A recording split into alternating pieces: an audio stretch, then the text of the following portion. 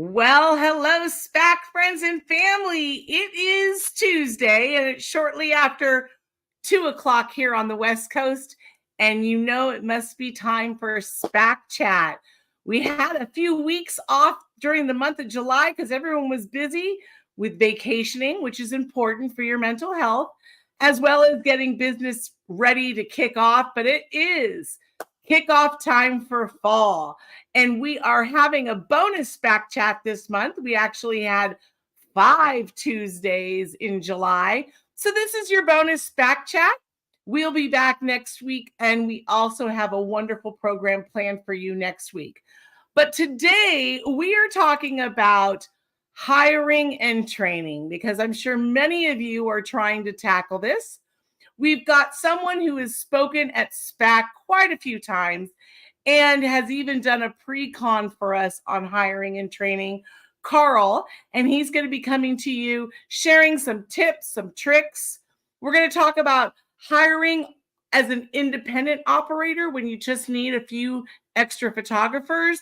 And then also if you're a medium business, maybe you're looking at bringing on office personnel or some customer service, what kind of things you're looking for there. And then if your business is larger and you're looking to fill a lot of positions, we'll talk about those tactics as well, because everybody's at a different phase in their business, but we're glad you're here. Now, the most important thing is if you have any questions, make sure you put that in the chat. I will bring it over to our speakers, but let's get into it right now. And let me bring to the stage your host, Calvin Harrell. Well, good evening and good afternoon, good morning from wherever you are. You know, it's been a while since we've been here, not that long, but the summer months are so very busy for us. And right now, certainly all of us are getting engaged with ramping up for the new year. I know we've got schools that start at the end of this week, and some folks have already been going to it. One of the challenges the entire industry has seen, and it's not just our industry, it's across industries. While, we hear the reports that the economy is great and hiring is great, it creates challenges because as that hiring pool diminishes, so too the challenge of staffing for the positions that we have in our organizations, especially since they're not shall we call them permanent. I don't believe in the concept of a permanent job, but so many people are looking for permanence in their employment. And in many instances for our industry, certainly, we use photographers on a seasonal basis. That actually was the core of the business as it started. It was, frankly, a mom business, meaning photographers that had businesses would hire mothers who would go out and shoot schools and then be able to be off work, drop their kids off their school, go shoot a school, and then be off for the evening so that they can go home with kids. And it was even marketed with the concept of here's some extra money so you can have money for Christmas kind of thing. I don't think we're in the extra money phase in the world that we live in now. Today, we've got Carl Bescher. Carl, beat me up if I say your name wrong, man. But we've got Carl with us today. And Carl has presented at SPAC. He will be another presenter, I believe. I don't know yet. The educational committee hasn't done it. But he's always brought some dynamic information to our organization and our membership so that we can understand some of the challenges. And he has studied quite a bit on this thing. Carl works for what would be considered a large volume operating company in multiple offices and in multiple locations. And so he has a breadth of knowledge because he's been there from this time that start all the way through the growth that they've had. So Carl, I'm going to pass it off to you and let's get the questions and comments started. All right. Well, thanks for the great intro. I totally appreciate that. And boy, I mean, it's great to be here because it is such an important part of what we do. And I firmly believe that without great employees, we don't have a strong industry. And without great employees, it's harder for us to grow individually or as an industry. So having the right people taking pictures preserves that the tradition of buying school portraits and sports team and individual photos and senior portraits. Once a parent gets a sense that the picture quality isn't what they're expecting, they start looking elsewhere. So hiring kind of really drives everything that we do, from our success to just having that legacy that's really important to all of us. And So it really kind of just starts there. So, boy, I mean, yeah, I think that we're facing in the industry every year changes. I talked this year and I have my little Captain America shirt on. I can do this all day. And it really comes down to that. It is just the grit and the determination to not cut corners, to find the best people we can. And no matter how stressed we get, it's not letting people who aren't a good fit for our company or our industry work for us.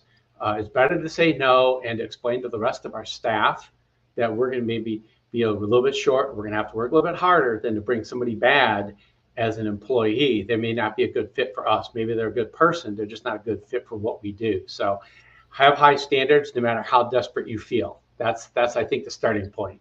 And that means you can't give up. You just got to keep working and working and working and looking and looking and looking. So, and it's a numbers game. It's no different than going out hunting for school business. I mean, of course, some people grow organically by way of referrals only. However, the larger entities always pursue new business. And the more people that you come in contact with, as in anything, the more people you come in contact with, you're going to get a return, or you'll have a higher probability of finding the right one. What are you experiencing in the number of applications that actually turn into employees that you fall in love with? Yeah. I think the statistics stay pretty standard across the last 4 years for me. So for every person I want to hire, I need to have 4 interviews. For every 4 interviews that I want to book, I need to have 16 applications.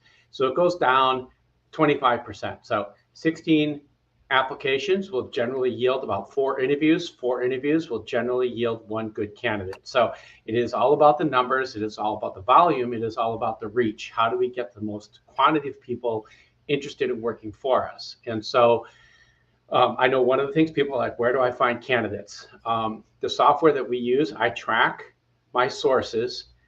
So if you're a small operator, just get yourself a Google Sheet. Google Sheet lets you use drop downs. You can use that. It's real simple.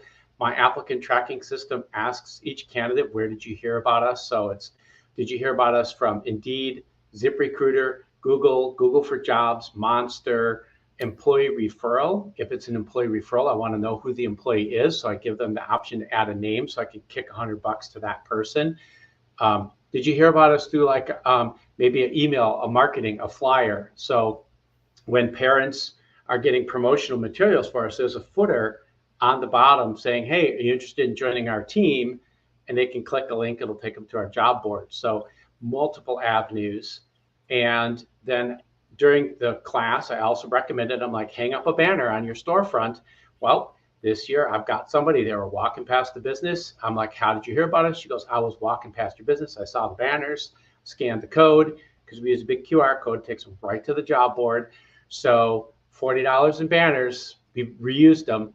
So it's, the cost goes down because it's all about the pennies. But I've got an employee starting this year who is only an employee because they saw the banner. They didn't see any of the online advertising. So, but out of all of those different sources, Indeed is still the #1 source.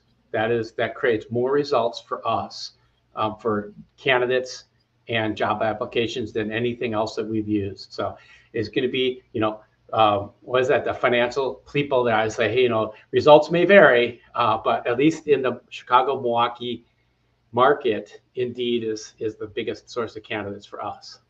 Carl, I want to throw a question out. It's just a brainstorm. We obviously have access to significant numbers of clients, customers, consumers, end user consumers, which is a huge number of potential referral people or folks even that might be looking for this type of work or employment. Do you guys, or do you know of anybody that's gone right into the picture package with a slip or on a form right in their package saying, hey, look, if you'd be interested in blah, blah, working with us, you're doing it. Okay. Yep. We run it right up. We've got our own press, so we do slide it in to picture orders. So as we get to April and May orders, because I'll start my hiring cycle right after Memorial Day, because I know we start training in August. We actually did our Illinois training last week. We're doing training for Wisconsin school picture photographers this week. We're doing sports portrait training next week. So right after Memorial Day, I'm booking interviews. So April, May, everybody gets a little flyer in there. Hey, interested in joining our team, want a job where you do something meaningful. Make sure I have all my ads posted on our career page. So as soon as the flyers hit, people aren't going, there's nothing there. But yeah, absolutely. That's a great way. It's low cost way. And it really comes down to how many different ways can you reach different people. Same thing, the banners, the flyers. We have business cards that our staff can hand out that says we're hiring. Person gets it, they flip it over. It's got a QR code, takes them right to our job page. Very easy for photographers and salespeople to either hand them out, or they go into their coffee shop. They can pin it up, pin two up. One side says we're hiring, the back side has a QR code. So it's now in their favorite coffee shop, VFWs, wherever you go, libraries, grocery stores, any place that's got a job board, pin them up, gas stations, because all it takes is a little bit of effort, but just getting one good person to work for you is all you're looking for sometimes. So that effort really pays off. And in your marketing, what are you finding to be the average age demographic of people that are applying for these types of positions? Everything. Okay. So it's great. And I think that's the big thing, is like taking the time to really kind of meet people during the interview and understand what they're looking for. So I have some people that just graduated college. I have some people that are just going into college. I do kind of try to figure out, like, when's your fall start date? Because if they start too early, then they're no use. We train them, they photograph 3 times and then they're gone. But if they're like, I'm going to school locally, or I just hired somebody, I had an interview with her this week. She's like, I'm in school online. It's a Zoom class. I can watch it whenever, so I can work for you guys Monday through Saturday. Perfect. So everything from people that are currently in college all the way up to, I've brought on some people this year. They've done the corporate life. They're like, I'm sick of cubicle city. I just want to do something creative. I'm at that age in my life, 55, 60. I want to try something else before I retire. People that are basically hitting retirement age, but they still have that kind of youthful energy. They want to get out. They want to take pictures. They love people. So it's like, all right, the whole spectrum, and just being willing to look at and talk to people and be like, what kind of person are you? What kind of availability do you have? Are you going to bring energy, enthusiasm, a sense of teamwork? Are you teachable? You know, those are qualities that we look for. Everybody's going to look for something different, but I don't really care like what the person's age is if they have those 3 qualities that we look for. You know, one of the things too, you know, during the pandemic, there were significant changes in all of our operations, and inclusive of the recruiting process and the interview process. Are you maintaining an online Zoom or Google Meet interview process with your candidates, or are you bringing them in? I have maintained since COVID online interviews, but it's based on our geography, because we cover north of Milwaukee all the way to south of Chicago. And this is where like that, you know, the personal assessment, like your market, your operations, knowing what you do. But for us, it was such a large spread. I was getting a lot of ghosts on interviews, or, you know, living north of Milwaukee, out to get to Chicago, it would be a 4-hour commitment round trip to drive down to a studio, to sit there, to have somebody not show up. That's a waste of my time. So it's so much easier. I found I get a lot less ghosting. And on the candidate side, maybe they live on the south side of Chicago, and they're thinking to themselves, it's $4 a gallon. I have to drive 3 hours round trip through Chicago traffic to get to their studio to see if I'm even going to be hired. So a lot of people would just tap out. They'd say, I'm not doing it. It's not worth it. So I have a higher percentage of people showing up to a video interview going, hey, I think I'm interested in this job, without wasting time in car. And for me, if they no-show a video interview, I just keep working. I just move on to the next task, project, whatever else I have going on, write them off, move on. So that's helped me a lot with just reducing commute time.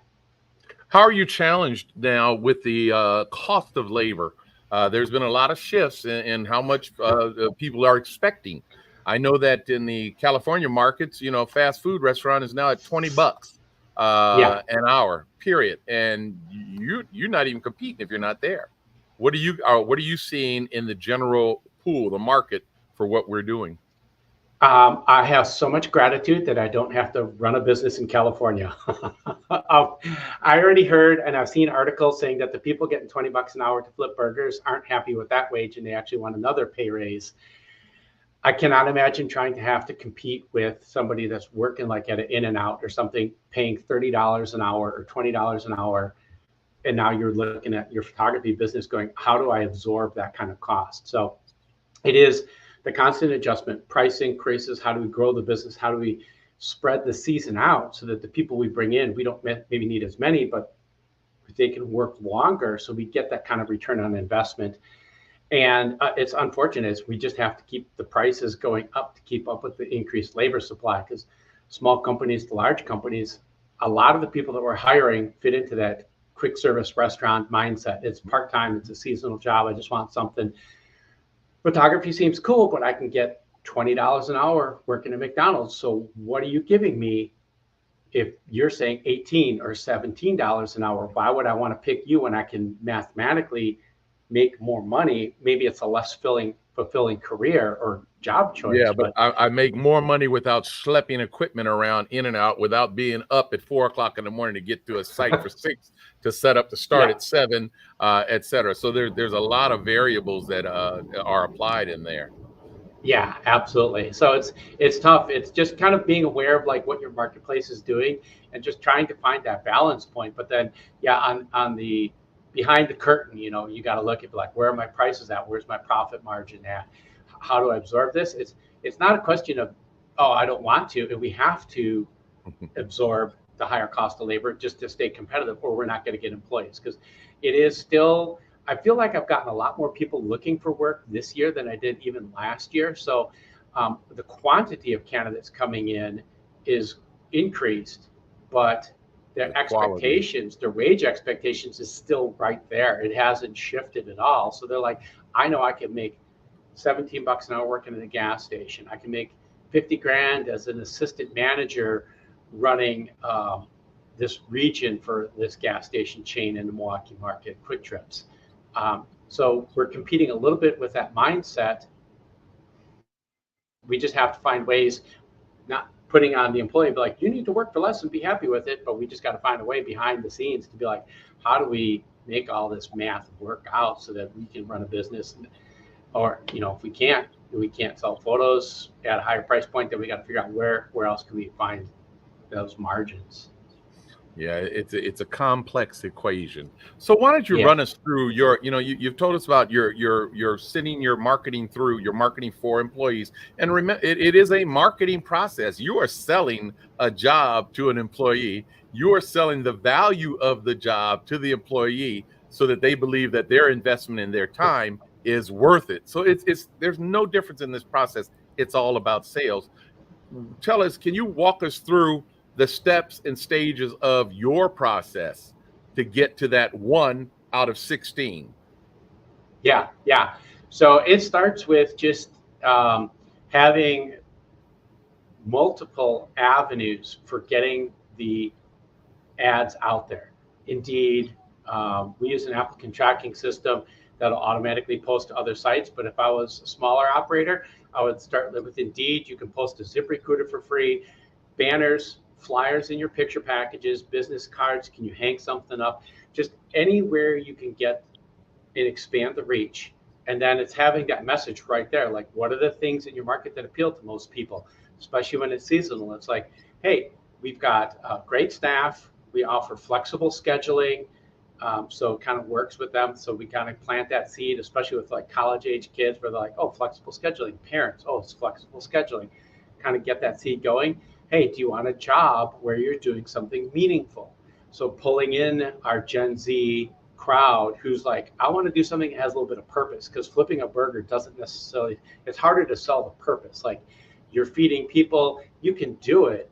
But for us, it's like, we're taking portraits of students and athletes and seniors, and this is the legacy that parents are going to have. It's going to be fridge magnets. It's going to be something hanging on the wall. It's Gifstagram.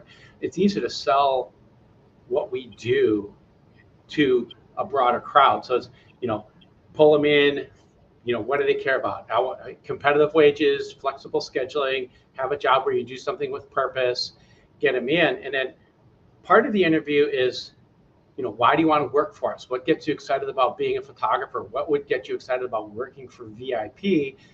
Tell me a little bit about yourself. What does your schedule look like? What does your availability look like? What are you looking for in a job? This week, just to use another example, because I've been just nonstop interviews, talking to somebody. I was like, well, why did you quit your last job? And they're like, I couldn't stand. I had issues with my boss. And I'm like, well, tell me a little bit more about that. Are you going to be a problem employee? They're like, no. Like, my boss was toxic.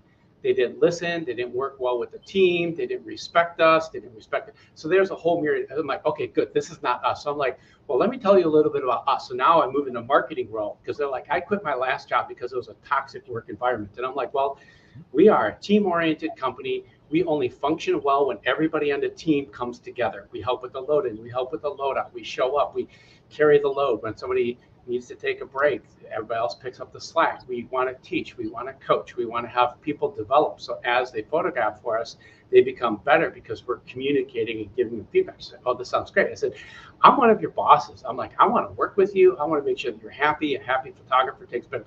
So I'm now shifted from, hey, why do you want to work for us, into, hey, I listen to them during the interview and I modify the approach based on which each person tells me. What are they looking for? Are you looking for training and development? Let's talk a little about where you can go over the next year. Hey, you quit a toxic boss. Let me tell you why we're a good company to work for, because we are not a toxic work culture or environment. But really kind of pulling that out. So those are big things to do. It does become marketing too. Like, let me tell you the benefits of working with us. Oh, you're a college kid? We're flexible. Oh, you're a parent? Okay, well, we'll schedule in the mornings on jobs where you can get home in the afternoon. Oh, you have a job in the morning? We'll schedule you for afternoon shifts for sports portraits. Figure out what the hook is and pull them in. And then I accept the fact that a lot of people we hire will, maybe they're only going to be a Monday, Tuesday, Thursday person in the mornings, but then I'll find somebody that's a Wednesday, Friday, Saturday person that work in the afternoons, and then just. So one of the homework assignments for folks to do is to really build out your employee interview process, your employee recruitment process, no different than you build out one of those processes for doing your business, running your schools or your leagues, etc. When you talk about the benefits that you can, what the differential is that they can say, that you can make the statement that this is a better environment for you. We all know that individually we have challenges in our own businesses with certain production lines and certain challenges that come up. And we have to sell our way around those when we know that they exist, or when we know that a problem comes up. And in the scenario that you're setting, in my mind, your recommendation, without you stating it specifically, is put together a playbook for your recruitment and hiring process. We oftentimes don't do that because for some reason, sales is not a real friendly thing to so many people. They don't like the idea of the one-on-one, or they lack the ability to have a dialogue and counter a negative with a positive. They get frustrated because somebody knows the secret. Well, there's a lot of things that people know that they'll never tell you they know. I truly think that that's one of the big takeaways, is structure your interview process, your recruiting process in such a way to get you the results that you want. What kind of benefits are you providing? When you talk, okay, let's talk just for the sake of discussion. $20 is the wage rate for someone. When you talk about that, what else comes with it besides the statutory components of that employment relationship? You get to work with me. Okay. That's number one benefit. No. So it really starts down with, like, hey, let's talk about an hourly rate. And I will flex on the rate based on what kind of skills, knowledge, and experience somebody brings to the table. People want to know, like, hey, how do I get hired full-time? What is the path to becoming a full-time employee where I would get health, vision, dental? And so I can talk about that. I say, hey, we make internal hiring decisions. So people that have worked with us, we've done that song and dance. We're like, oh, we like you, you like us, you're a good fit. We like your work ethic, your commitment to quality, the way you interact with customers and our team members. So I let people know, like, hey, it's internal hiring decisions. So you got to do the foot in the door work before you'd even be considered to move into a full-time position. But then I'm like, based on our growth, that could be 2 years out, that could be 3 years out, kind of depends on our growth cycle. Sure. But that opportunity does exist. Other than that, it's, this can be flexible scheduling. We're going to listen to you. We're going to hear you. If you need time off, we'll figure out a way to make it happen. And we'll overstaff a little bit, overhire a little bit. So when you've got something important that comes up, we can accommodate. We're not just like, you signed, you have to work. That's it. And if you can't work these days, then get out. You're not going to work any of the days. Sorry. No, go ahead. What's the level of entitlement you're seeing amongst the college age to young adult, just out of college? What's the entitlement perspective that they're bringing to you in your experience? Money. I think right out of college, they're just looking for a job that's going to be flexible based on their needs. There's a lot more college kids that are like, oh, I'm never going to be able to own a house. So what am I going to get per hour? And are you going to give me time off so I can go on my little Instagram adventures and, go hang out in the woods or hike or do whatever it is, go to my comic cons. And it's like, yeah, we'll accommodate those kinds of things. We want to hire good people, but then we have to back it up with our culture too. So anybody young, especially like old people like us, are going to look at it and be like, whatever, you put your nose to the grindstone, you get your work done, you don't complain about it. It's a job. Do it with a smile, bury your feelings. And then we get to that younger culture, they're going to see through real fast. When you say we're a team-oriented company, day one, they're going to show up and they're like, this feels like what they told me is true, or nah, they're lying to me. They're not genuinely a team-oriented company because I see the way they work with each other. So if you don't have the infrastructure in your company culture to back up what you're preaching during the interview, that's going to fall apart. And they'll be 2 days in, and they'll be like, no, you guys are liars. Even though you said you're family friendly, even though you said you're flexible, I'm not picking up any of that vibe, and they're out. And that's the crazy thing. Like the Gen Z culture, half of them will quit without even having another job lined up. So if they get the heebie-jeebies, if they don't get that good vibe, they'll quit. They don't care if they got another job lined up. They're just like, this is not the place for me. I don't like the way you all treat each other. They're out. Now we're short a person. So you have to be who you are and sell who you are. And then they'll come in, and I'll reject people all the time. I just, if I don't get the sense that they are a good fit, if they come in, I need all this stuff and I walk on water and I need a red carpet, like, you're probably not going to be a good fit for the company. So I don't want to bring that person in, because if they throw up red flags during the interview, it's not worth trying to meet somebody's needs for that greater sense of entitlement. Like, oh my gosh, you need to treat me like this. It's like, you got to put your time in, prove to me. Once you prove to me that you're good, then we can start looking at increased pay rates. We can look at full-time positions. But if they come right off the interview and I get that bad feeling, trust your gut, go with the bad sense. Yeah. Kick them to the curb. Don't even bring them into the team. So you talked about people that asked to, they're looking for that full-time position, especially after they come on board as a photographer. How is the transition from photographer into a office staff full-time member? Because there may not be enough shooting to have full-time per se, year-round, but there's other production processes and other things that take place. Are you doing the training and moving them into other departments to give them that expanded hours? Well, we have the good fortune, as our company, we have the 4 S's: school, sports, seniors, and service. So our year goes almost all year round. So even though we're training for school pictures last week and this week, our senior portrait photographers were training in May. And after training in May, they photograph right up to Christmas. So they'll stay busy. And then we come out of Christmas, we do but we'll communicate like, hey, January, February, they're going to be slow months. We'll have some competitive volleyball. We do get that dip. But then March till the end of graduations, mid-June, we will have people busy then. So we can keep them busy because we're doing youth sports, school portraits, and seniors, plus all the service work, we can really fill a schedule in. Yeah. Diversification of your product offerings allows you Yeah. to have people work much more than they would if you're only doing schools per se. You know, Irene has it's a horrible. They try to give us their schedule. That's personnel try to give us their schedule, not us give them the schedule. I throw out that's the reason you need more people in the pool. It's one of those things.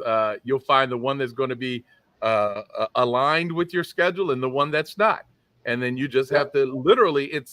It's unfortunate because we all believe in the relationship component of the, but we don't really hold the accountability and the reciprocity that's necessary for people to grow within the organization. They have to understand and buy into the complete culture, and that's my personal perspective anyway. Yeah. Sorry. Irene, sorry. I keep a Google sheet and I have the photographer's name, what city they live in. And then next to that, I have like scheduling considerations. Like I have a young man in college. He's a no Tuesday, no Thursday, because that's when his classes are, but he did consolidate the 2 days. I have another lady west of Chicago. She's a no Sunday, no Monday. I got another lady that she's like, I'll work Tuesday, Wednesday, Thursday, Saturday mornings. I got to be done by noon because I have my other job.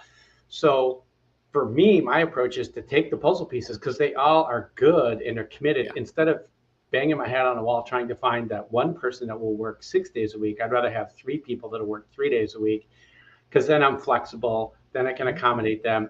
And like the one that's a no Sunday, no Monday, I can squeeze her a little bit and be like, hey, I really need you this Monday. She goes, yeah, I can work that. Is there any way I can be put on a job that's done by like say 6 or 6:30 by this suburb? And that would really help me out a lot. And I'd be like, yeah, thank you so much. So I have that give and take, but that relationship really becomes valuable because then it slows down. She goes, I know you guys don't have any work, but I love working for you because you're like the only company that really bends around my schedule. So that's my approach. Not for everybody, but that's how we handle it. So let's move on past the interview process and into the onboarding and hiring process. What does your organization do to ensure safety and security and the background and checks and all the other stuff? What are you doing related to that? Yep. So 100% of the people that work for us go through a background check. We run a criminal, and we use a company called Checker. There's a couple other ones out there. There's like Hire Right. We used them in the past. And there were a couple other ones. They're all basically the same price point, same basic thing. Social Security, trace, registered sex offender. They'll run county search, and it really depends on how deep you want to go and scale it. If you're just making one hire and you're like, I want you to hit up counties, state, federal, everything, run a DMV search, that could be worth it, especially if they're driving a company vehicle. You may want to run that DMV search on them, but if they're just driving their own car, you may be like, whatever, pass the basic and we're good. You're looking anywhere between $10, $25, depending on how deep you want to go. There's a lot of different ones out there. If you've got like a payroll company, you may want to talk to them and be like, hey, do you guys offer discounts on background checks? They may have some kind of partnership with somebody. So that's a good way to look at that. So we start with that. So I do send conditional job offer letters to everybody. And I say, your ability to work for us is contingent on successfully completing a background check. So I'll send them the offer letter and say, I really want you to work for us, but first you got to pass a background check. Once that clears, then I kick out the rest of the employment paperwork to them. And then from there, it's just a series of following checklists, like make sure that I tell them about how to fill out the expense report, how to fill out your timesheet, how do we schedule. Here's a availability form. So if right now, any days you can't work, you've got to tell me now. Otherwise, if you don't put it out here, we're going to book you to work. And then So when they're like, waiting, I told you. So you're waiting to inform them that there'll be a background check after you've gone through an interview process and et cetera, et cetera. You don't put that information in your upfront in your ad? I have a series of knockout questions that I ask. So I do ask on my knockout questions on the application, are you able to pass a criminal background check? So I can legally do that, but I can't ask them, it's just basically ban the box kind of stuff like, what was your past salary? Are you a convicted felon? Those are questions that we can't legally ask, but when we Yeah. make an offer, we can make it a contingent offer. So I asked a knockout question, are you able to pass a criminal background check? So I know right up front, they're going to be like, yes or no. And if they say, yes, I am, and then they fail it, I'm like, well, you can't work for us, but thanks for the interview. And if they say no, then I don't bother interviewing them, because like if they already told me they can't pass it, they're going to get scanned. They're going to go to a school. They're going to drop their driver's license. They'll put it through the Raptor system, and right away the school's going to be like, this, they can't come in to our building. Yeah. But yeah, so it's a contingent offer. Yeah, and that's good. I think we actually put that right up front. Must be able to pass a background check, and driver's license, driver's record, for obvious reasons. And I think that's very valuable. And my purpose in asking the question and my purpose in carrying it out in the way that we do is so that we can eliminate the time suck of interviewing somebody that all of a sudden can't even pass a damn background check. Hello. Yep. So that creates a, I'm trying to reduce the amount of time we spend with folks as well. So and those are good things too. I ask a series of knockout questions, so that probably going backwards, like 18, do you have a high school diploma or a GED? Do you have a valid driver's license? Do you have a reliable vehicle? Do you have proof of insurance for that vehicle? Can you pass a criminal background check? Are you able to work at least 3 days a week, including some weekends? Are you willing to drive up to 50 miles one way to get the photo assignments? So I ask those questions because, I don't want to waste my time. Somebody's like, oh, I can work 1 day a week. Okay, well, that's no good. When I said flexible scheduling, I didn't mean, every Tuesday. And then sometimes people get surprised. They're like, what do you mean I got to drive all the way over there? So it's like, I already have preset, like, you may have to drive up to 50 miles one way to get the photo assignment. Oh, cool, great. But I know they get paid drive time. They know they get mileage reimbursement. So, but I don't want to waste my time with somebody that I'm not willing to drive that far. I don't have a car. Boom. Get it on the front. Get it on the front end. I 100% agree. I'm going to ask you something. You could just say yes or no. It's not a, would you be willing to support the organization of members or attendees by giving us a list of your knockout questions that we can post and share? Yeah, it's right there. So it's, are you over the age of 18? I ask them that. Do you have a high school diploma or a GED? Are you willing to work at least 3 days a week, including some weekends? Are you willing to drive up to 50 miles one way to get to a photo assignment? Are you able to pass a criminal background check? I think that I'd say, you got to have, do you have a valid driver's license? Do you have a reliable vehicle? Do you have proof of insurance for that vehicle? Can you lift 50 pounds? Can you lift I didn't even 50 ask pounds? that. I didn't even ask that one anymore.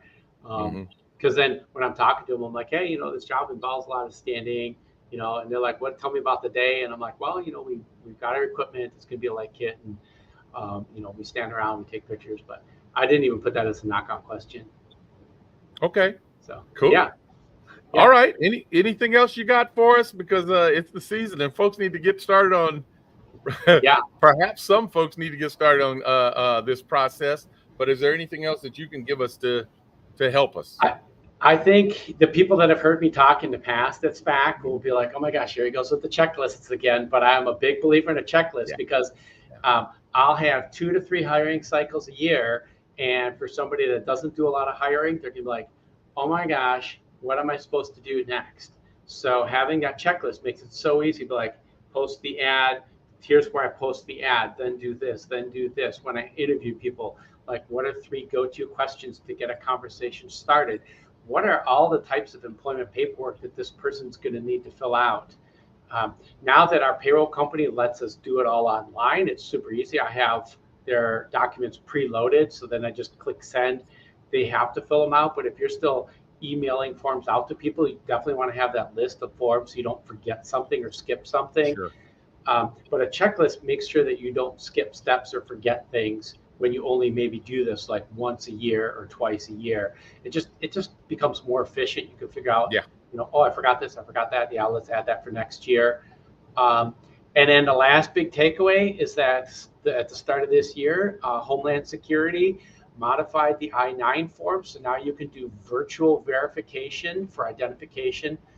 You used to have to require people to come in, physically verify the documents. They dropped it during COVID because nobody could be in person during COVID. They extended that. And then last August, I think they were like, nope, you have to go back to visual inspection of the documents. And then they quickly were like, oh, with the remote work staff, we need a way. So now somebody can send you a copy of it. And then during an interview, you can just be like, hey, hold it up. They hold it up. You can, yep. All the driver's license numbers match, the social numbers match.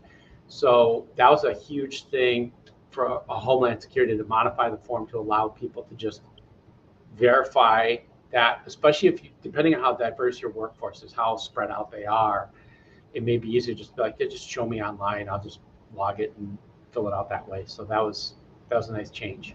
So let's talk lastly, I guess, because we're going to wind it up. Let's talk Yep. about when you're bringing personnel on.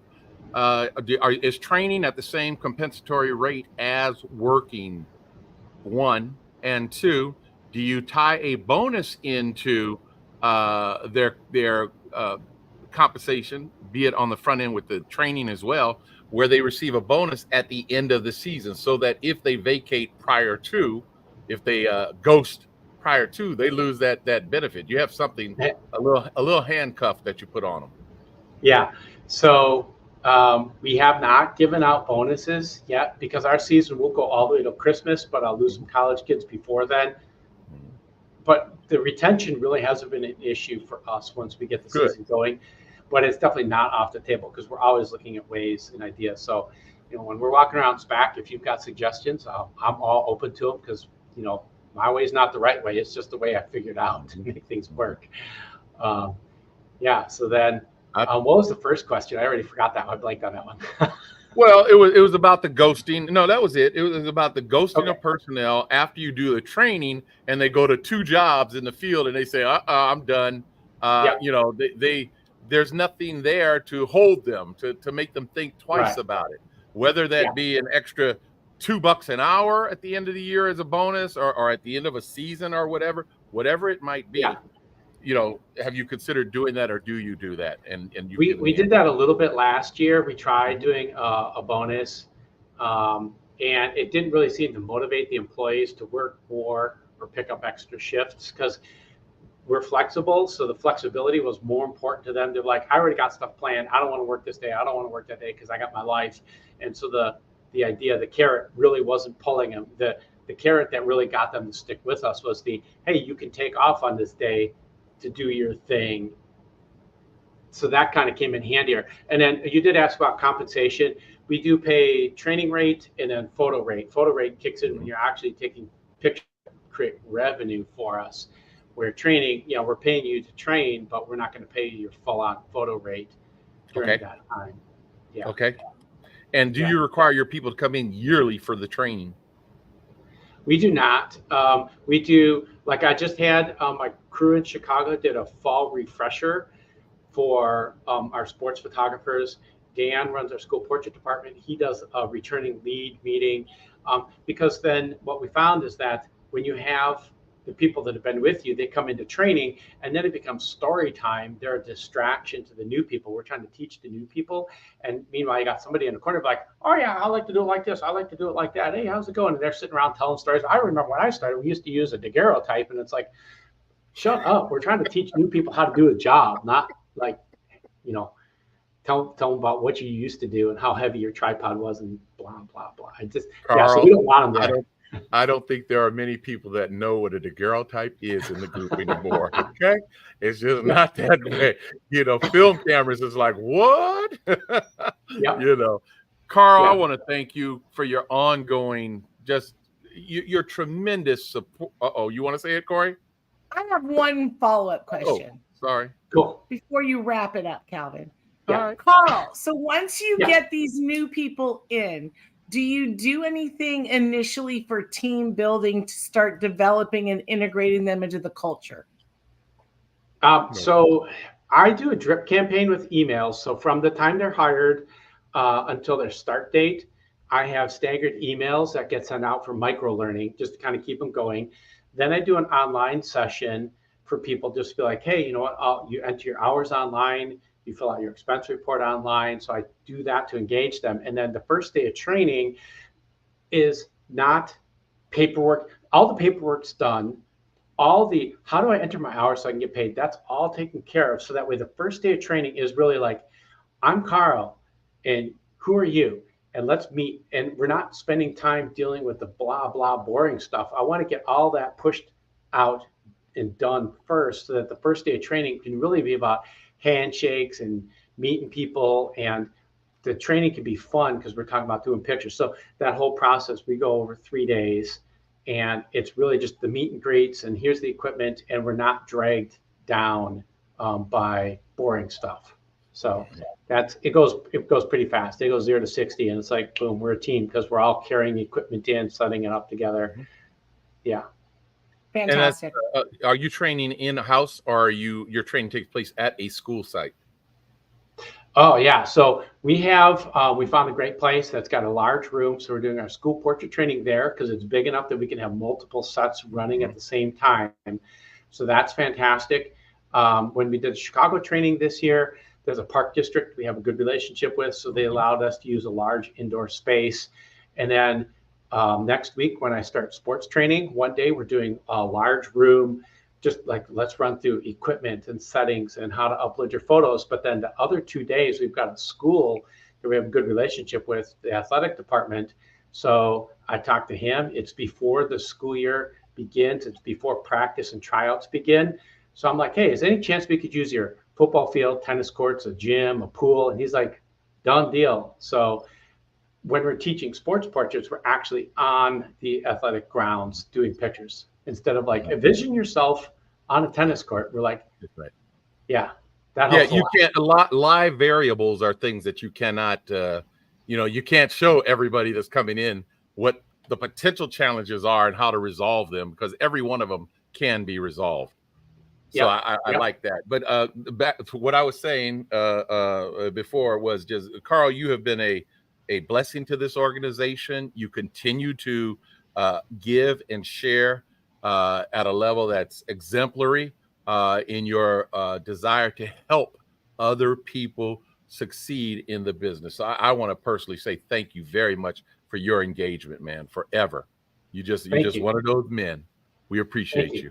Means all right, man. I appreciate that very much. Hey, folks, I hope that this short seminar, this short discussion gives you an idea on some of the things that you should be implementing as a part of your strategic plan. And it is a plan on finding and retaining good personnel, understanding the challenges that exist. The challenges that any of us have individually are the same challenges that all of us have collectively. So we should be able to come up with a way to work through those challenges. And I think Carl helped us and gave us some tidbits of information that we can each apply to our own processes. So, Corey, any special announcements? Because I know, boy, we are on track this year.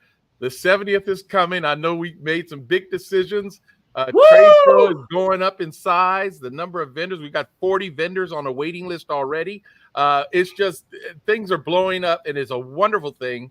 I will say that we are exploring other hotels. Our contract with South Point ends next year. However, South Point has been good to us, and we've got both on the economic side, because we want to always keep our organizational cost, our cost of engagement, at an affordable level for all people. At the end of the day, $300, $400, $500 is affordable for most people. At the end of, you spend your hotel time and food, you got $1,200, $1,500 total. You can hit it and hit our conference and get an education in the 3-4 days that we're there. So we always keep that in mind, but we are exploring other hotels because there's been some concern, and it's all on the table. It's transparent. There's been some concern about smoke and that sort of thing at the South Point. Yeah, they were changing the carpet. We don't know if that's going to change the smells that people are found offensive. But we're looking at other places and trying to assess and evaluate what the increased costs would be. But we've got 18 months. We will have less than that, obviously, to make a decision. But we've got 18 months until that next conference, and you'll be hearing more about our exploration and what we've analyzed and figured to be the best from the committee that's doing that research. So that's the information I wanted to share. Corey, you got something? I know you got something up your sleeve. A little bit of details. Okay, everybody, it's our 70th. So this one is going to be a super, super SPAC. That's all I'm going to say. We have some very exciting announcements coming up because we are doing some things a little differently. And we have got some nice surprises for you as well. Again, like Calvin said, trade show, double the size in the exhibit hall, a lot more space, creating 2 lounges of our own. It's going to be phenomenal. So for everybody who submitted a speaker proposal, thank you. You got my email to confirm that we received it. As you all know, the education goes off to the advisory group, which is called Educate. They will read it blind. There are no names and no emails on those speaker proposals. So that way we are not swaying anybody. We're not influencing. We want them to evaluate education. They all rank it, and then we total it up. And then we get in touch with our speakers. Somewhere around the end of the month is usually when we start putting together our education platform. So hang tight. We will be making announcements as soon as we have our education platform set. For all of my exhibitors out there, yes, we do have 40 exhibitors on a waiting list, and that number is growing by the day. And we will have more trade show booths available now that we are in a larger space. So all of our current returning exhibitors, you will find an email by the end of this week with all of the pricing for 2025. And then I will be sending it out to the waiting list so that you have it. As always, we start the process with our returning exhibitors first, and then we will open it up to the waiting list in a first come, first serve basis. If anyone has any questions about education, any of the parties, when you should book the dates are down below here. We are going to be the 22nd through the 25th in Las Vegas, Nevada at South Point. The hotel room link is already on the website. So Book your room early because we sell out. And yes, we are doing some exploratory work, but we are very financial conscious on behalf of our exhibitors as well as our attendees. So we need to evaluate the pricing system, but I'm sure we will have an announcement at the end of SPAC 2025 for you all so that you all will know where we will be landing in our new SPAC era 2026. But other than that, that's all the news except for scholarships. Yes, we still have a scholarship program. If you have never been to SPAC, ever, we have an opportunity for you to come and we will take care of your registration. Now, your registration includes all the education, all the social parties, and your meals. The only additional thing you'll have is airfare and your hotel stay. So please look for that announcement. That'll be coming in mid-August as well. The deadline for scholarships is October 1st. So please keep an eye out for you all. If you know somebody who is an independent volume photographer that has not been to SPAC, you can always share the word because it's through all of you that we grow together. That's it for me, Calvin. Yeah, Corey, it's a remarkable thing to watch an industry for so many years. And this is the first first association that I've ever been involved in that actually invites on a scholarship new people to come in to grow with the organization. And so it's a really, that speaks so much to the cause, to the purpose, the value that this organization offers. It is, hey, we're here to support each other as we go through this life. So I think that that's just a remarkable. And I hope folks are aware, I don't know because they may not attend many conferences, but this is by far the largest volume photography conference in the world. We've seen conferences all over the country and in other countries, and there is nothing that compares. And that's why we have visitors coming from Australia and England and Africa and a variety of other places that it's almost unimaginable that they want to know what the heck we're doing. And frankly, they want to know how are we doing it as an organization because they find such value in what we're offering. So with that said, ladies and gentlemen, I want to wish each of you a great week, of course, but a fantastic season. There'll be another SPAC chat next week. We're back on track. So be sure to tune in on a regular basis every Tuesday or when you can get around to it. And we'll try to impart more information that'll help you grow your business. Until next week. Bye-bye. Bye, everybody. Bye.